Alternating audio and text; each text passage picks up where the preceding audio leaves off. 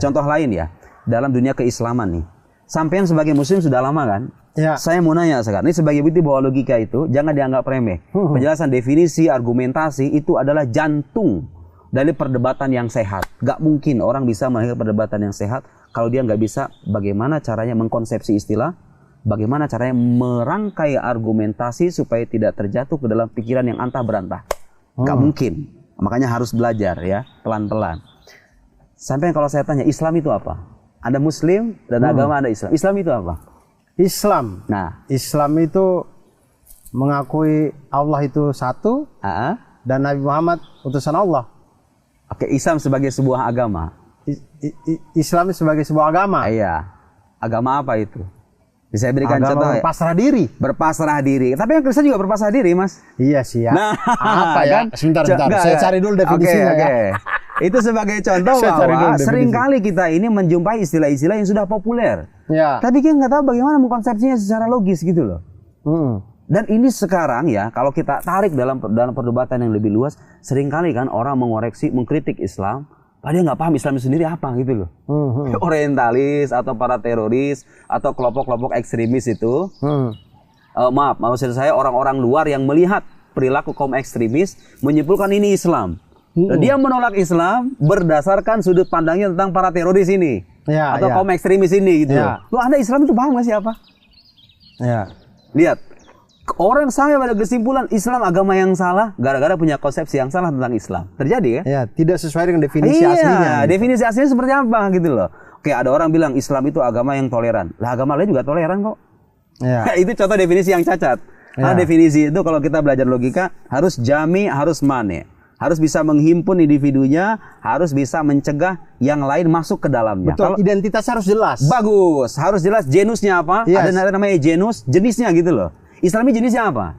Kemudian apa yang membedakan Islam dari agama lain? Ya. Itu dibahas ratusan lembar kalau kita mau teliti. Dari mulai membahas tentang Kulliyatul Khoms yang apa namanya prinsip universal yang 5, dari mulai genus, diferensia gitu ya, kemudian spesies, kemudian proper accident, common accident, gitu kan? Ada penjelasan tentang signifikasi atau dalalah dalam bahasa Arab, signification. Kemudian ada lagi ada bagian-bagiannya. Itu uraian lebar. Jadi orang pengen ngajarin kita bagaimana caranya merangkai definisi yang tepat. Itu sampai dibahas ratusan lembar. Nih, jadi kalau mau saya ringkas ini buku 600 halaman ini cuma 2. Bagaimana caranya supaya merangkai argumentasi dengan tepat, dan bagaimana caranya supaya Anda bisa mengkonsepsi istilah-istilah secara tepat. Itu aja jantung logika itu, argumentasi dan konsepsi. Tapi kan sangat penting sekali ini dalam kehidupan kita gitu loh. Orang nggak bisa berargumen kok ngomong seenaknya. Kadang-kadang comot sana, comot sini, yang dia ngomongin apa, data-datanya kemana gitu kan, nggak nyambung ya kan. Nah, kita nyambung ke tadi itu ya. Islam itu kalau dikatakan agama yang toleran, agama lain juga toleran. Itu contoh definisi yang salah. Islam itu agama tauhid. Nah, agama lain juga ada yang mengklaim diri sebagai agama tauhid. Harus dicari apa yang membedakan Islam dari agama lain itu. Nah, definisi yang tepat. Lihat tuh, kita jadi muslim udah lama kan, tapi kadang nggak tahu. Islam itu agama yang dibawa oleh Nabi Muhammad. Benar atau salah? Benar. Ada benarnya, tapi itu nggak sepenuhnya tepat. Kenapa? Oh, karena nabi-nabi sebelumnya juga. Bagus. Karena Nabi Muhammad itu hanya salah satu sekaligus nabi yang terakhir yang bawa Islam. Betul. Islam itu walhasil definisi yang tepatnya adalah agama yang dibawa oleh semua nabi. Jadi sejak Nabi Adam, Idris, Nuh, Hud, Soleh, Ibrahim, Ismail sampai Musa, Isa, Muhammad, itu semua nabi, semuanya pada hakikatnya datang dengan satu agama namanya Islam. Mereka itu beda-beda syariatnya. Tapi tauhidnya sama, akidahnya sama. Mereka itu mengajarkan tauhid kepada umatnya. La ilaha illallah, tiada Tuhan selain Allah, dan mereka semua adalah utusan Allah. Itu inti agama Islam. Ya, kita nggak bicara syariat karena syariat beda-beda. Sholat 5 waktu dulu nggak ada, sekarang ada, ya kan? Itu syariat.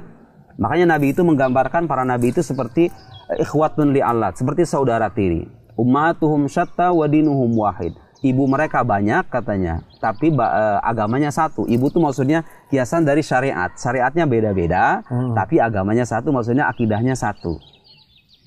Nah, dengan definisi semacam ini, maka ketika Allah mengatakan inna dina indallahil Islam, sungguhnya agama yang diridhoi oleh Allah itu adalah agama Islam. Itu sangat logis loh. Kenapa? Karena Tuhan kan hanya menurunkan satu agama doang. Ya. Kalau Tuhan hanya meridhoi satu agama, ya wajar dong. Kan Tuhan hanya menurunkan agama ini gitu loh. Paham kan? Ya. Maksudnya? Kemudian ketika kita katakan bahwa agama yang benar itu adalah Islam, itu bukan sebuah klaim eksklusif karena bagaimanapun itu ditegaskan oleh sosok yang menurunkan Islam itu sendiri gitu loh. Tuhan ini hanya menurunkan satu agama namanya Islam. Terus dia menyatakan di kitab sucinya, sesungguhnya agama yang diridhoi oleh Allah itu hanyalah Islam. Kan kita nggak bisa bermain ego, bermain selera gitu. Betul, kan. betul. Dan itu nggak menafikan keharusan kita berhubungan secara harmonis dengan umat agama lain ya. Nah orang-orang yang mengkritik Islam itu kadang-kadang mereka itu menjadikan penafsiran sebagian kelompok tentang ajaran para nabi ini sebagai Islam. Padahal itu bukan Islam. Ya kan sekarang kalau kita baca Quran nih, kita baca Quran. Ya, yang nggak ahli ini kadang ngomong tentang Al-Quran, ya kan? Ya. Terus dia kemudian naik di atas mimbar. Dia mengkafirkan sama Muslim. Ada orang dari luar melihat, itulah Islam loh. Suka dengan konflik antar sesama, itu Islam. Islam itu haus darah, Islam itu begini-begini. Mas, yang sampaikan nilai itu bukan Islam. Tapi orang yang sedang menyampaikan. Itu pemahaman kita yang keliru tentang Islam. Pemahaman orang yang keliru tentang Islam. Jadi kalau Anda pengen tahu Islam yang ori itu kayak apa, katanya definisinya apa? Islam itu agama yang diboleh semua nabi kan? Berarti Anda harus melihat ajaran nabinya sendiri dong. Nabi Muhammad yang bawa Islam nih yang paling akhir nih, akhlaknya seperti apa, ajarannya seperti apa, sabda-sabdanya apa saja. Tanya sama ahlinya. Anda gak bisa bahasa Arab, Anda bisa bertanya kepada ahlinya. Jadi cara kaum muslim dalam mengamalkan Islam itu tidak bisa diidentikan dengan Islam itu sendiri. Jadi kalau pengen menghukumi Islam, tuh lihat tuh. Dari definisi yang salah tentang Islam, orang kadang salah kaprah menghukumi Islam, ya kan? Iya. Kalau pengen tahu Islam itu yang seperti apa, Anda harus bisa memahami ajaran Nabi Islam itu sendiri. Melalui penjelasan para ahlinya. Dilihat biografi kehidupannya. Benar, kalau dibilang Islam itu agama yang suka dengan konflik. Oke, Nabi Muhammad bagaimana sejarah kehidupannya? Ya banyak perang juga itu Nabi Muhammad. Dilihat, peperangan itu sebabnya masalah agama atau masalah-masalah yang lain. Atau faktor-faktor lain. Kan bisa jadi beliau dimusuhi, kemudian sebagai bentuk pembelaan diri, akhirnya beliau membela diri. Ya kan? Jadi, sampai pada kesimpulan Islam benar atau salah itu, kita harus mencari data-data yang valid gitu loh. Jangan sampai, nah lagi-lagi itu contoh kekeliruan berpikir tuh. Orang mencomot sebagian data yang sesuai dengan seleranya, lalu mengabaikan data yang lain. Itu namanya confirmation bias. Jadi orang mengkonfirmasi secara bias, jadi melihat satu dicomot yang disuka nih. Aja yang dikumpulin. Disuka aja. Ini orang teroris nih misalnya suka mencomot ayat-ayat yang secara tekstualnya mendukung aktivitas mereka. Padahal maknanya nggak begitu. Nah, itu contoh kecacatan logika juga.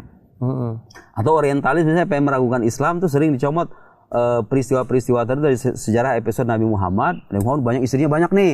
Kemudian ada peperangan, tapi melupakan episode-episode di mana beliau memberikan toleransi kepada orang Yahudi, kepada orang Nasrani. Yang ini dibuang, yang ini ditampilkan. Logis nggak itu? Nggak adil kan? Lihat bagaimana saat ini saya bisa panjang ngomong. Kalau misalnya contoh-contoh ini ya, contoh-contoh kekeliruan berpikir yang kerap kita jumpai dan itu sebabnya adalah mungkin minimnya pengetahuan kita tentang kaidah-kaidah logika atau ilmu mantik ini. Nah,